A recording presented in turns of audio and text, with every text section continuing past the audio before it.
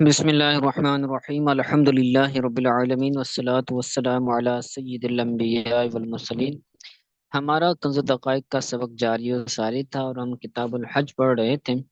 شکار کا بیان چل رہا تھا ہمارا کہ حرم کے اندر محرم کو شکار کرنا یہ حرام ہے، بلکہ حلال کے لیے بھی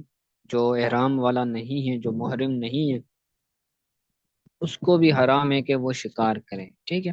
تو ہمارا یہ سلسلہ جاری تھا۔ تو آج کا سبق ہمارا جو ہے وہ اسی تناسب سے ہے، اسی مناسبت سے تو پڑھتے ہیں۔ کہتے ہیں وَلِلْمُحْرِمِ ذَبْحُ شَاةٍ وَبَقَرَةٍ وَبَعِيرٍ وَدَجَاجَةٍ وَبَتٍّ أَحَلِّيٍّ۔ محرم کے لیے جائز ہے، وللمحرم محرم کے لیے جائز ہے، احرام والے بندے کے لیے جائز ہے بکری کو ذبح کرنا، و بقرتن گائے کو ذبح کرنا، و بعیرن اونٹ کو ذبح کرنا، و دجاجتن اور مرغی کو چکن کو ذبح کرنا، و بطن اہلین اور گھریلو پالتو بطخ کو ذبح کرنا، یہ بھی اس کے لیے جائز ہے، وہ ذبح کر سکتا ہے۔ ٹھیک ہے، کیونکہ یہ شکار نہیں ہے۔ وعلیہ الجزاء بذبح حمام مسرول بذبح حمام مسرول وذبی مستأنس، اور اس محرم پر جزا ہوگی مسرول مسرول مسرول کبوتر کو ذبح کرنے کی وجہ سے، اور مانوس مانوس ہرن کو ذبح کرنے کی وجہ سے اس پر جزا ہوگی۔ وعلیہ الجزاء محرم پر جزا ہوگی مسرول، یہ ایک کبوتر ہے کہ جس کے پاؤں پر بہت زیادہ بال ہوتے ہیں، جس کبوتر کے پاؤں پر پیروں پر بہت زیادہ بال ہوتے ہیں، اس کو یہ مسرول کہتے ہیں۔ ٹھیک ہے، تو اگر وہ ایسا کبوتر ذبح کرتا ہے یا پھر مانوس جو پالتو ہرن ہوتی ہے، جو مانوس ہوتی ہے، تو اس کو بھی ذبح کرتا ہے، تو اس کی وجہ سے بھی اس پر جزا ہوگی، یعنی اس کی قیمت دینا اس کو اس پر لازم ہوگی۔ ٹھیک ہے، آگے کہتے ہیں وَلَوْ ذَبَحَ مُحْرِمٌ صَيْدًا حَرُمَ، اگر کوئی محرم احرام والا کسی شکار کو ذبح کرتا ہے، وَلَوْ ذبح محرم صیدن، کسی محرم نے اگر کوئی شکار ذبح کیا تو اب اس کو کھانا اس محرم پر حلال ہوگا، حرم تو اس کو کھانا حرام ہے، بغرم بعقل ہی تو وہ تاوان دے گا اس کے کھانے کی وجہ سے۔ کوئی شکار تھا، محرم نے اس کو شکار کیا، یا پھر کسی اور حلال بندے نے جو ہے وہ، بلکہ حلال والا آگے مسئلہ آ رہا ہے، تو محرم نے شکار کیا، ذبح کیا، ولو ذبح محرم صیدن، محرم نے شکار کو ذبح کیا، حرم تو اب اس کا گوشت کھانا اس محرم پر حرام ہے، اور اس کا اگر گوشت کھا لیتا ہے تو جتنا وہ گوشت کھائے گا اس گوشت کے وہ پیسہ صدقہ کرے گا۔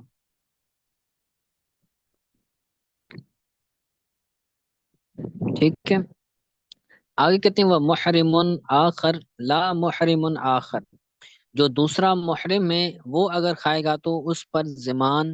اس پر تاوان نہیں ہوگا۔ دو محرم تھے، ایک نے ذبح کیا، تو اب جس نے ذبح کیا ہے اس پر حرام ہے کہ وہ نہیں کھا سکتا شکار کو، اگر کھائے گا تو وہ زمان دے گا، تاوان دے گا۔ اگر جو دوسرا محرم تھا اس کے ساتھ جس نے ذبح نہیں کیا، تو اگر وہ جانور کو اس شکار کو کھاتا ہے، شکار کا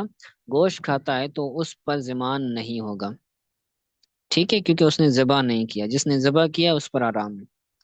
آگے کہتے ہیں وَحَلَّ لَهُ لَحْمُ مَا صَادَهُ حَلَالٌ وَذَبَحَهُ، اس محرم کے لیے حلال ہے، جائز ہے اس شکار کا گوشت کھانا کہ جس کو حلال نے شکار کیا۔ ایک ہوتا ہے حلال، ایک ہوتا ہے حرام۔ محرم، محرم اس کو کہتے ہیں جس نے احرام، حالت احرام میں ہو، جو اور جو حالت احرام میں نہیں ہے تو اس کو حلال بولا جاتا ہے۔ تو حلال بندے نے جو حالت احرام میں نہیں ہے اس نے ایک شکار کیا اور اس کو ذبح کیا، تو اب اس کا جو گوشت ہوگا اس کا گوشت محرم کھا سکتا ہے، یہ اس کے لیے حلال ہے، کوئی تاوان کوئی جزا لازم نہیں ہوگی۔ ٹھیک ہے، حلال کا ذبح کیا ہوا شکار کیا ہوا جو جانور ہے اس کا گوشت کھانا محرم کے لیے حلال ہے۔ علم یدل علیہ، مگر اگر اس نے کوئی دلالت نہ دی، اس کو بتایا نہ ہو کہ شکار اس طرف گیا ہے، محرم نے اگر بتایا ہے تو پھر اس کے لیے جائز نہیں ہوگا، اگر بتایا نہیں ہے تو اب کھانا جائز ہے۔ ولم یعمر ولم ولم یعمر ہو بصید ہی، اور نہ ہی اس شکار کو شکار کرنے کا حکم دیا ہو، دو شرطیں ہیں، اس پر دلالت بھی نہ کی ہو اور اس کو شکار کرنے کا حکم بھی نہ دیا ہو، تو ان دو شرطوں کی وجہ سے یہ دو شرطیں نہیں پائی جائیں گی، تو پھر وہ حلال ہوگا ورنہ حلال نہیں ہوگا۔ ٹھیک ہے، آگے کہتے ہیں وَبِذِبْحِ الْحَلَالِ صَيْدَ الْحَرَمِ قیمتہ، اور حلال کے حرام کے شکار کو حلال کا ذبح کرنا، جو حلال بندہ ہے جو حالت احرام میں نہیں ہے، وہ اگر حرم کے شکار کو ذبح کرتا ہے، وَبِذِبْحِ الْحَلَالِ صَيْدَ الْحَرَمِ، حرم کے شکار کو حلال کا ذبح کرنے کی وجہ سے قیمت یجب قیمت ہے، اصل میں تو قیمت واجب ہوگی، وہ اگر حرم کے کسی شکار کو ذبح کرتا ہے حلال بندہ بھی تو اس کی قیمت اس پر لازم ہوگی، یا تصدق بہا، اس کا صدقہ کرے گا، لا صومن، وہ روزے نہیں رکھے گا اس کے بدلے میں، محرم جو تھا وہ روزے رکھ رہا تھا نا، لیکن جو حلال ہے وہ روزے نہیں رکھے گا، اس پر قیمت ہی دینا لازم ہوگی۔ آگے کہتے ہیں اگر کوئی بندہ حرم کے اندر آیا، داخل ہوا، وہ من دخل الحرم بصید ارسلہ، کوئی بندہ حرم کے اندر شکار کے ساتھ داخل ہوا، شکار اس کے ساتھ تھا، تو اب اس شکار کو کیا کرے گا؟ چھوڑ دے گا، ارسلہ، اس کو چھوڑ دے گا۔ وہ ان باعہ، اگر اس نے اس کو بیچ دیا شکار کو، محرم اپنے ساتھ شکار لایا تھا، حرم کے اندر داخل ہو گیا، اب حرم کے اندر اب اس شکار کو بیچ دیا محرم نے، تو رد البیع ان بقیہ، تو اگر وہ شکار باقی ہے تو اس بے کو رد کیا جائے گا، اس بے کو رد کیا جائے گا اگر وہ شکار باقی ہے۔ اگر باقی نہیں ہے، وہ انمات فعلیہ الجزاء، اگر وہ شکار باقی نہیں ہے، مر گیا ہے، تو اب اس محرم پر اس کی جزا دینا لازم ہوگی، کیونکہ اس کو بیچنا نہیں تھا، اس کو کسی بھی طرح سے اس کو مارنا نہیں تھا شکار کو جو کہ حرم کے اندر آیا ہے۔ ٹھیک ہے، آگے کہتے ہیں ومن احرم وفی بیتہ